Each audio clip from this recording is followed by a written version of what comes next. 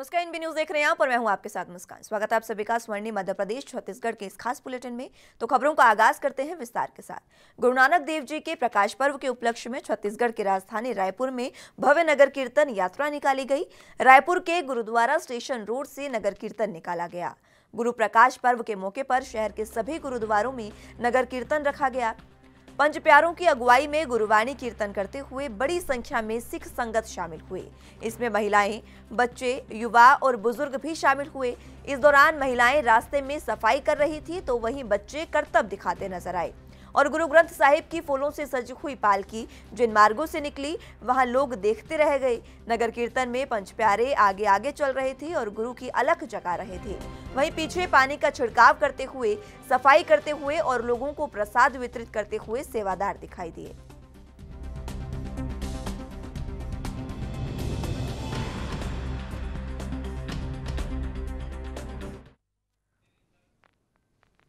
छत्तीसगढ़ के सीएम भूपेश बघेल को राष्ट्रपति रामनाथ कोविंद के हाथों स्वच्छता अवार्ड मिलने जा रहा है। ये पुरस्कार उन्हें छत्तीसगढ़ को भारत के स्वच्छतम राज्यों की श्रेणी में रखने की वजह से मिलेगा। आजादी की 75वीं वर्षगांठ के मौके पर 20 नवंबर को नई दिल्ली के विकास भवन में आयोजित स्वच्छ अमृत महोत्सव में राष्ट्रपति रामनाथ कोविंद यह पुरस्कार सीएम भूपेश बघेल को सौंपेंगे। आपको बता दें कि छत्तीसगढ़ राज्य ने स्वच्छता के क्षेत्र में देश के स्वच्छतम राज्य के अपने दर्जे को बरकरार रखते हुए सर्वश्रेष्ठ प्रदर्शन किया है। छत्तीसगढ़ को न सिर्फ राज्य के रूप में बल्कि यहाँ के 61 शहरी निकायों को भी उत्कृष्ट प्रदर्शन के लिए पुरस्कृत किया जाएगा। छत्तीसगढ़ ऐसा राज्य होगा जिसके सबसे ज्यादा निकाय पुरस्कृत किए जा रहे हैं।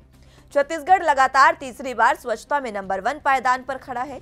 साल 2019 और 2020 में भी स्वच्छता के मामले में छत्तीसगढ़ अग्रणी राज्य रहा है।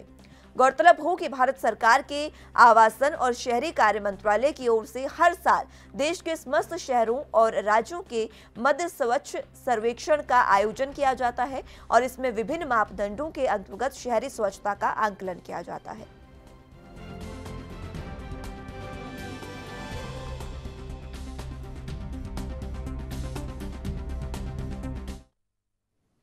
छत्तीसगढ़ के दुर्ग जिले के 3 निकायों में भले ही चुनाव की तारीखों का ऐलान नहीं हुआ हो, लेकिन सत्तारूढ़ कांग्रेस ने विकास का पिटारा खोलने की तैयारी पूरी कर ली है। मुख्यमंत्री भूपेश बघेल यहां 18 नवंबर को 177 करोड़ रुपए के विकास कार्यों का लोकार्पण और भूमि पूजन करेंगे। इन विकास कार्यों को निकाय चुनाव से जोड़कर देखा जा रहा है। इससे पहले भी मुख्यमंत्री भिलाई से महंगाई को लेकर पैदल मार्च कर चुके हैं। प्रशासन से मिली जानकारी के अनुसार 18 नवंबर को भिलाई, चरौदा, रिसाली और जामुल नगरीय निकायों में कार्यक्रम का आयोजन होगा और इन कार्यक्रमों में मुख्यमंत्री भूपेश बघेल शामिल होंगे।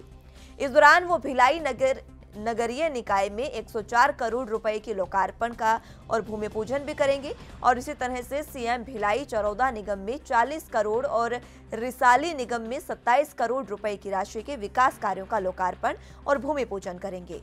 जामुल में 5 करोड़ रुपए के कार्यों का लोकार्पण और 1 करोड़ 91 लाख के कार्यों का भूमि पूजन होगा। आने वाले दिन में भिलाई, चरौदा और रिसाली नगर निगम के चुनाव होने हैं। सीएम के कार्यक्रम को लेकर जिला प्रशासन तैयारियों में लगा हुआ है और मंगलवार को कलेक्टर डॉक्टर सर्वेश्वर नरेंद्र भूरे ने इस संबंध में तैयारियों की भी समीक्षा की है।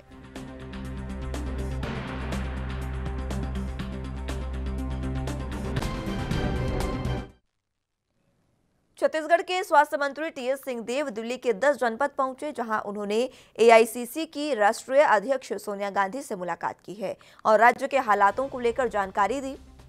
ये मुलाकात आधे घंटे तक चली और उन्होंने मीडिया से कोई भी बात नहीं की। सूत्रों का कहना है कि इस मुलाकात के दौरान स्वास्थ्य मंत्री ने प्रदेश के हालातों की जानकारी दी है। साथ ही ये भी कहा जा रहा है कि टीएस सिंहदेव ने प्रदेश में 2.5 साल के फॉर्मूले पर भी चर्चा की है। हालांकि इस मुलाकात को लेकर टीएस सिंहदेव ने मीडिया से कोई भी बातचीत नहीं की है।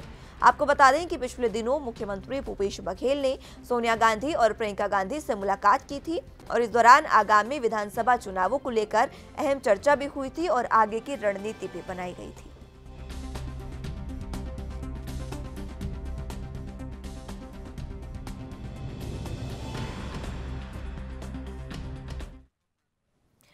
वहीं छत्तीसगढ़ में 84% लोगों को कोरोना रोधी पहला टीका लग चुका है और 42% लोगों को दोनों टीके लग चुके हैं। ये आंकड़े राष्ट्रीय औसत से ज्यादा हैं।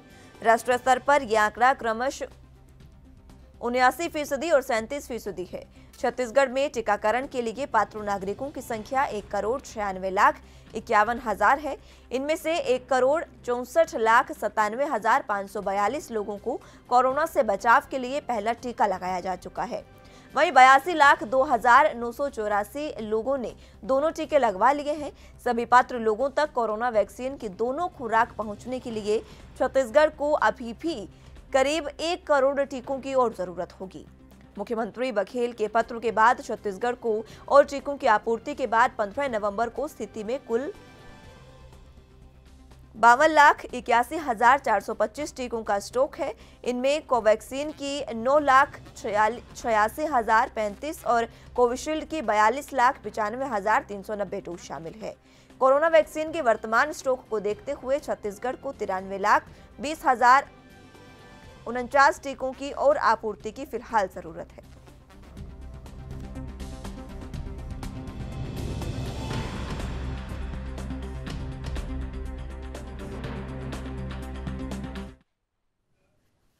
वहीं रायपुर के कलेक्टर ने कोरोना टीकाकरण को लेकर निर्देश जारी कर हर घर दस्तक अभियान के तहत लक्ष्य को जल्द से जल्द पूरा करने के निर्देश दिए हैं।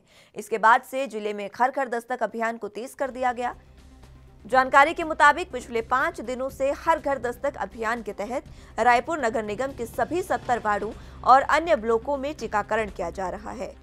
वार्ड 27 इंदिरा में प्रतिदिन घर घर जाकर 30 से अधिक लोगों को टीका लगाया जा रहा है। अब तक यहां 150 से ज्यादा लोगों को टीका लग चुका है।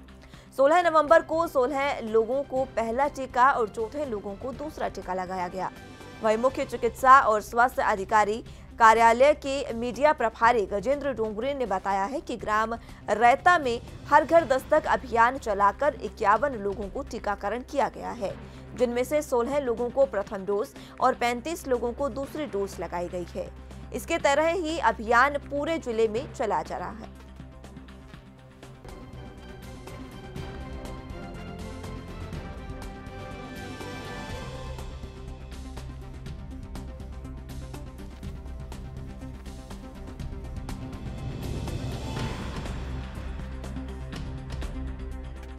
चलिए तो अगली खबर की ओर रुख कर लेते हैं। रक्षा मंत्री राजनाथ सिंह आज ट्रांजिट विजिट पर ग्वालियर आए हैं। उनके स्वागत के लिए ऊर्जा मंत्री प्रद्युम्न सिंह तोमर और सांसद विवेक नारायण शेजवलकर समेत तमाम जनप्रतिनिधि मौजूद रहे।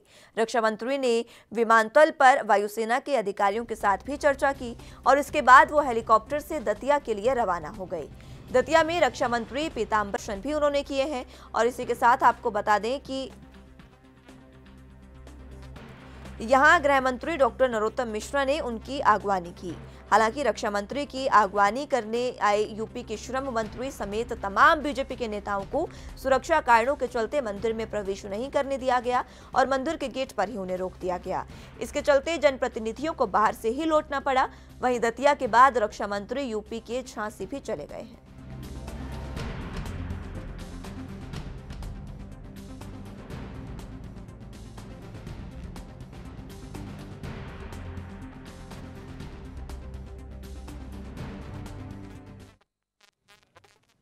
वहीं मध्य प्रदेश के मुख्यमंत्री शिवराज सिंह चौहान ने बुधवार को मंत्रालय में स्वास्थ्य मंत्री डॉक्टर प्रभुराम चौधरी और चिकित्सा शिक्षा मंत्री विश्वास सारंग के साथ कोविड की स्थिति की समीक्षा की है। मुख्यमंत्री ने निर्देश दिए कि अब सभी प्रतिबंध हटाने का निर्णय लिया जा रहा है। कुछ बिंदुओं में सावधानी बरतते हुए कुछ नियमों के पालन आवश्यक होंगे। शासकीय सेवकों की ओर से दोनों डोज अनिवार्य होंगे। बैठक में मुख्य सचिव इकबाल सिंह बैंस और अन्य अधिकारी उपस्थित रहे। बैठक में तय किया गया कि अब विवाह समारोह हो सकेंगे, इनमें संख्या का बंधन नहीं होगा।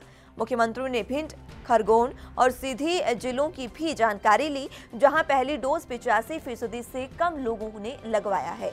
चौहान ने वैक्सीन के दोनों डोज के प्रयास पर 100% वैक्सीनेशन सुनिश्चित करने के निर्देश दिए।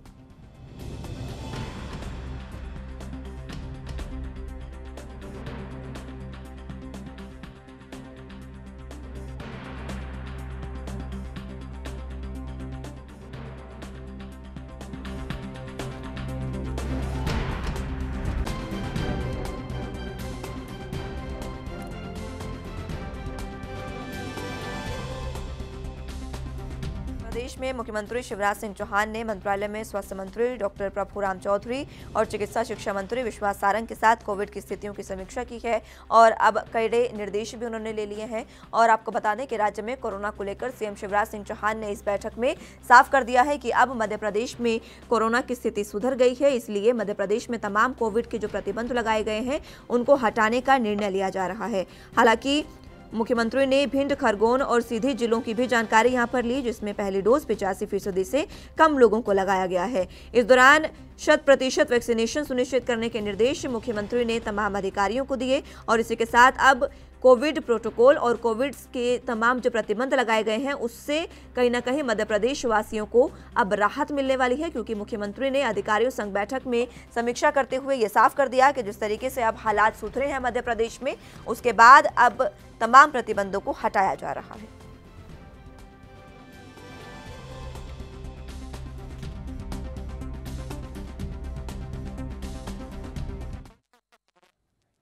मध्य प्रदेश में आज से 100% कोरोना टीकाकरण के महाअभियान की शुरुआत की गई है। इसमें सुबह स्वास्थ्य मंत्री डॉक्टर प्रभुराम चौधरी मजदूरों के पीछे पर पहुंचे, जहां कई मजदूरों को उन्होंने कोरोना टीकाकरण के लिए प्रेरित भी किया। उन्होंने वहां लोगों को गुलाब सौंपकर टीके लगवाने के लिए कहा। आपको बता दें कि मध्य प्रदेश में अब तक 7 करोड़ 62 लाख टीकाकरण पूरा हो चुका है, लेकिन अभी भी पूरी आबादी को कोरोना टीके के दोनों डोज नहीं लग पाए हैं। इसके लिए महाअभियान भी चलाए गए हैं और एक दिन में लाखों कोरोना टीके लगाए जा रहे हैं, लेकिन इसके बाद भी बड़ी आबादी आज भी टीके लगाने से अपने आप को दूर रखे हुए है। इन्हें प्रेरित करने के लिए प्रशासन की ओर से उनके घर तक पहुंचकर उनसे पहुंच बनाई जा रही है और तमाम लोगों को उनके घर पर गुलाब भेंट कर उन्हें कोरोना की दोनों वैक्सीनेशन लगवाने के लिए प्रेरित किया जा रहा है। और इसकी शुरुआत जो है वो 100% कोरोना टीकाकरण महाअभियान के तहत स्वास्थ्य मंत्री डॉक्टर प्रभुराम चौधरी ने की, जहां पर वो आम लोगों के पास पहुंचे और उनको गुलाब भेंट करके कोरोना टीकाकरण के लिए प्रेरित किया। वहां पर उन्होंने गुलाब सौंपकर टीके लगवाने के लिए तमाम लोगों से अपील भी की। निश्चित रूप से वैक्सीनेशन महाअभियान हम लोग चला रहे हैं। मध्य प्रदेश में जो लोग सेकंड डोज के लिए पात्र हैं और जिन लोगों ने नहीं लगवा पाया है, खास तौर से जो हमारे मजदूर भाई सुबह से मजदूरी पर निकल जाते थे, तो उनके लिए हम लोगों ने ये तय किया है कि जहां पर वो लोग एकत्रित होकर सुबह से मजदूरी पर जाते थे, वहीं पर हम लोगों ने वैक्सीनेशन केंद्र बनाया और आप देख रहे हैं कि यहाँ हम उन हमारे मजदूर साथियों के लिए यहाँ पर वैक्सीन लगा रहे हैं। लगातार चला जा रहा है, लगातार वैक्सीनेशन महाअभियान हमारा चल रहा है। पहला जो सेकंड डोज के लिए हम लोगों ने 10 तारीख को वैक्सीनेशन महाअभियान चलाया था, उसमें देश में हमने सबसे ज़्यादा 10 नवंबर को सबसे ज़्यादा 14 लाख करीब वैक्सीन हम लोग लगाई थी और आज भी हमारा वैक्सीनेशन महाअभियान पूरे मध्य प्रदेश में चल रहा है और हम लोग ढूंढ करके लोगों को जो लोग पात्र हैं और जिनने अभी तक नहीं लगवाया उन्हें वैक्सीन लगा रहे हैं। सर सेकंड डोज की कमी आज बताया जा रही है कि सेकंड डोज में जो लोग हैं रुझान ज़्यादा नहीं आ रहा है, कारण सर क्या लग रहा है, क्या कारण? नहीं, जो लोग या तो किसी काम पे चले गए या भूल गए हैं तो उन्हें याद भी दिलाया जा रहा है, उनको फ़ोन भी किया जा रहा है, उन्हें समझाया जा रहा है कि जब व्यक्ति को सेकंड डोज लग जाएगा, पूर्णतः सुरक्षा उसकी तभी होगी जब वो सेकंड डोज लग जाएगा, क्योंकि पहले डोज से पूर्णतः सुरक्षित नहीं होता है व्यक्ति, उसमें सेकंड डोज उसके लिए आवश्यक है। इसलिए सब लोगों को समझाइश भी दी जा रही है और आप देख रहे हैं कि लोग लगवा भी रहे हैं। आज जहां जहां लोग अवेलेबल हो रहे हैं वहां पर हम लोग जा रहे हैं। दूसरे मध्य प्रदेश सरकार के अन्य विभागों का भी सहयोग लग रहे हैं। जगह स्कूल में अगर हमारे बच्चे पढ़ रहे हैं उनसे भी कह रहे हैं कि वो मम्मी पापा को अपने बोलें कि जिनका अगर कोई छूट गया है उन लोगों को भी वैक्सीन लगाएं और ये अभियान चल रहा है और निश्चित रूप से हम लोग इसमें पूरी सफलता मिलेगी। बुलेटिन में यहाँ वक्त एक छोटे से ब्रेक का है, फौरन हाजिर होंगे।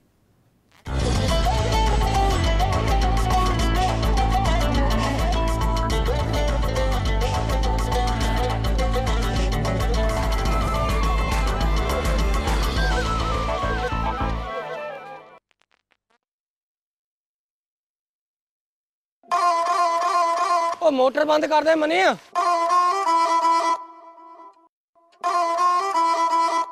चंगा यार, मैं चलदा। ओ बह जा यार, एडी भी की काली आ। ओ नहीं यार, बापू ने रेल बना देनी है। ओए बाला डरदा यार तू तां बापू तो। डरना ही पैंदा भाई, जे चंडे रहांगे तां ही तां चंगे रहांगे। ओ ये तां दस जाना कित्थे आ? यार ड्रम भरा के लेके आउणा डीजल दा। ले दस, ओ हुण किहड़ा तां हरियाणे जाके खज्जल होना, ओ शहरों ही भराउणा है। ਆ ਤਾਂ ਤੇਰੀ ਗੱਲ ਬਾਈ ਜਮਾ ਹੀ ਸਹੀ ਹੈ। ਉਹ ਸਿਰਾ ਹੀ ਲਾ ਰੱਖਿਆ ਬਾਈ ਪੰਜਾਬ ਸਰਕਾਰ ਨੇ ਤਾਂ। ਆ ਤੇਲ ਵਾਲਾ ਤਾਂ ਜਮਾ ਹੀ ਕਲੇਸ਼ ਚੱਕਤਾ। ਉਹ ਇੱਕ ਕਲੇਸ਼ 2 ਕਿਲੋਵਾਟ ਤੱਕ ਦੇ ਹਰ ਵਰਗ ਦੇ ਬਿਜਲੀ ਦੇ ਬਿੱਲ ਮਾਫ ਹੋ ਗਏ, 3 ਰੁਪਏ ਯੂਨਿਟ ਘਟਾਤੀ, ਲਾਲ ਲਕੀਰ ਚ ਪੈਂਦੇ ਘਰਾਂ ਨੂੰ ਮਾਲਕੀ ਹੱਕ ਮਿਲ ਰਿਹਾ, ਤੇ ਰੇਤ ਮਾਫੀਆ ਦੀ ਨੀਂਦ ਹਰਾਮ ਕਰਕੇ ਰੱਖਤੀ, ਤੇ ਪੂਰੇ ਪੰਜਾਬ ਦੇ ਵਿੱਚ 1 ਲੱਖ ਨੌਕਰੀ ਦਾ ਐਲਾਨ ਕਰਤਾ। ਬਈ ਆਹ ਐਲਾਨਾਂ ਵਾਲੀ ਤਾਂ ਨਾ ਐਂਡੀ ਕਰਾਤੀ ਚੰਨੀ ਸਾਹਿਬ ਨੇ।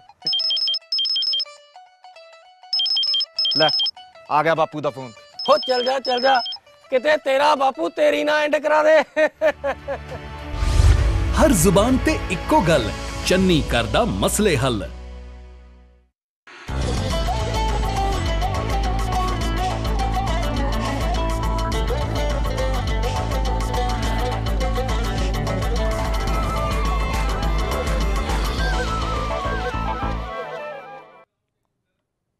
ब्रेक के बाद एक बार फिर से स्वागत है आप सभी का। तो रुख अगली अहम खबरों की ओर कर लेते हैं। उज्जैन निर्मोही अखाड़े के संत दादू आश्रम के महामंडलेश्वर ज्ञानदास महाराज ने शिप्रा नदी में मिल रहे गंदे नाले और मैली हो रही शिप्रा नदी को बचाने के लिए मंगलवार से अन्न त्याग दिया है। संत का कहना है कि जब तक शिप्रा को बचने के लिए सार्थक कदम नहीं उठाए जाते और उज्जैन शहर को पवित्र नगरी घोषित नहीं किया जाता, तब तक वो अन्न ग्रहण नहीं करेंगे।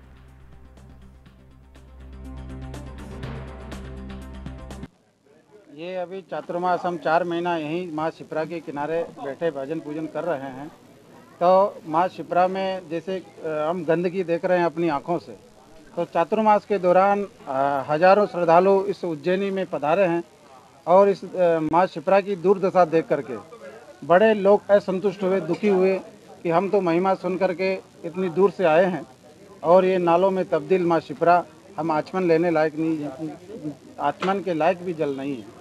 तो ऐसा हमें बड़ा दुख हुआ और हमने एक ऐसा संकल्प किया है कि आज से अन्न व्रत जो है त्याग करके माँ शिप्रा की शुद्धि के लिए भगवान महाकाल से प्रार्थना करेंगे कि इन सेवकों, शासन प्रशासन जो भी प्रतिनिधि है उनको अवगत कराए, महाकाल सद्बुद्धि दे और ये नालों में तब्दील माँ शिप्रा को शुद्धि करें और पवित्र नगरी, अन्य शहरों में, अन्य तीर्थों में पवित्र नगरियां घोषित हो चुकी, मांस मदिरा की दुकानें बाहर हो चुकी, लेकिन हमारे उज्जैनी में जो सबसे महान तीर्थ है, सप्तपुरियों में पुरी है, मोक्षदायिनी, कुंभ मेला लगता है, महाकाल विराजमान है, भगवान राम यहाँ है, भगवान कृष्ण ने यहाँ खेले कूदे हैं, पढ़ाई की, उसके बावजूद भी हमारे उज्जैनी की ऐसी दशा हमको देखकर।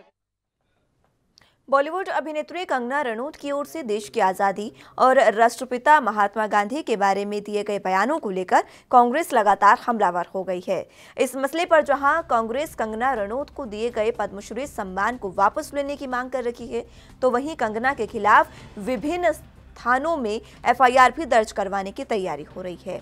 इसी मुद्दे पर कंगना का विरोध करते हुए राजधानी भोपाल में कांग्रेसियों ने शहर के 6 नंबर चौराहे पर इकट्ठा होकर कंगना रनौत का पुतला फूंका और बापू हम शर्मिंदा हैं, तेरे कातिल जिंदा है, कंगना से पद्मश्री वापस लो जैसे नारे लगाते हुए गांधी जी पर की गई टिप्पणी पर माफी मांगने की मांग की है।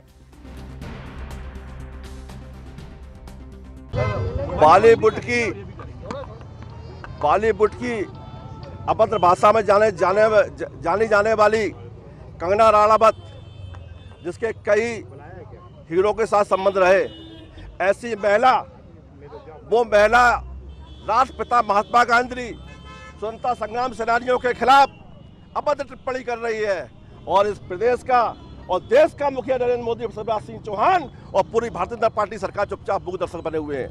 हमारी स्पष्ट मांग है, प्रदेश का प्रधानमंत्री और इस प्रदेश का मुखिया शिवराज सिंह चौहान ये स्पष्ट करें कि कंगना राणावत के साथ में हो या खिलाफ में हो। यदि आप उसके खिलाफ हो तो देशद्रोह का मुकदमा उसके खिलाफ कायम किया जाए और पद्मश्री तत्काल वापस लिए जाए। कांग्रेस पार्टी पूरे प्रदेश में और कंगना राणावत।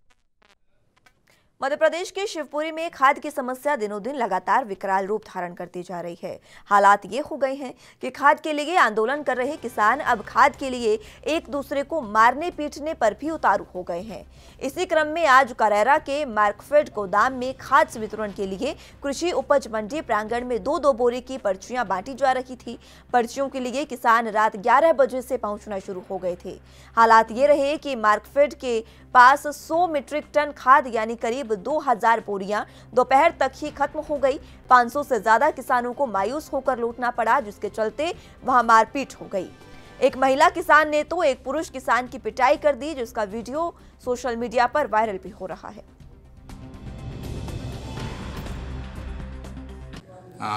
आपकी जानकारी के लिए और हमारे क्षेत्र के सारे कृषक भाई और बहनों की जानकारी लेने के लिए मैं सब लोगों से अपील भी कर रहा हूं कि हमारे पास 60 टन खाद कल था और उसी के लिए मैंने एक मार्केटिंग सोसाइटी के लिए भी कर दिया है और हमारा पैरेलल डबल लॉक से भी जा रहा है। अब स्थिति ये है कि इसमें थोड़ा सा ये डिसिप्लिन रखना पड़ेगा कि कल भी हमने जिनको 2 बोरी दी, बहुत से लोग आज फिर लाइन में आकर के खड़े हो रहे हैं। उसमें कुछ महिलाएं भी हैं, हमारी बहनें हैं, हमारी माताएं भी ऐसी हैं कि जो कल ले गई थी और आज पुनः वही ऋण पुस्तिका लेकर के आ गई हैं कि बोले 2 बोरी में क्या होता है। हमारे पास थोड़ी शॉर्टेज है, 1-2 दिन में और खाद आ जाएगा, लेकिन अनुशासन स्वयं रखना पड़ेगा।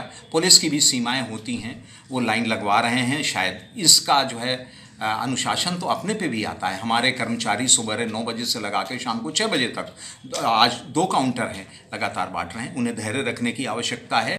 लपको चौहान, आप यहाँ भीड़ में कब से लगे? 3-4 दिन सीधे खाद नहीं मिल पा रहा है, कोई खाद नहीं मिला है।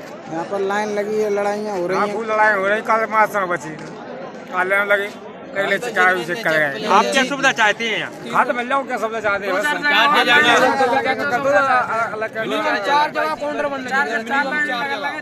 एक जगह काउंटर होने के कारण लड़ाइयाँ हो रही हैं। वहीं उज्जैन में पुलिस ने बदमाश स्टोरी राजकुमार फलवानी के मकान की 3री मंजिल और दुकानों को तोड़ दिया है। आरोप है कि राजकुमार ने इनका निर्माण अवैध रूप से कर रखा था। राजकुमार पर 24 से अधिक मामले शहर के अलग अलग थानों में दर्ज हैं। वहीं जिस समय तोड़फोड़ की कार्रवाई हुई, उस समय नगर निगम और पुलिस के आला अधिकारी मौजूद रहे। माधवनगर थाना एसपी विनोद मीणा ने बताया कि राजकुमार पर अलग अलग थानों में 24 से ज्यादा मामले दर्ज हैं। इनमें अधिकांश सट्टेबाजी के हैं। उस पर कुछ मामले मारपीट के भी दर्ज किए गए हैं। राजकुमार ने 3री मंजिल पर अवैध मकान बना रखा था और नीचे ग्राउंड फ्लोर पर दुकान और बाकी 2 मंजिल पर घर बनाकर रह रहा था। निगम की टीम ने 2 जेसीबी मशीन और निगम कर्मियों को लगाकर 3री मंजिल पर बने अवैध निर्माण को तोड़ दिया है।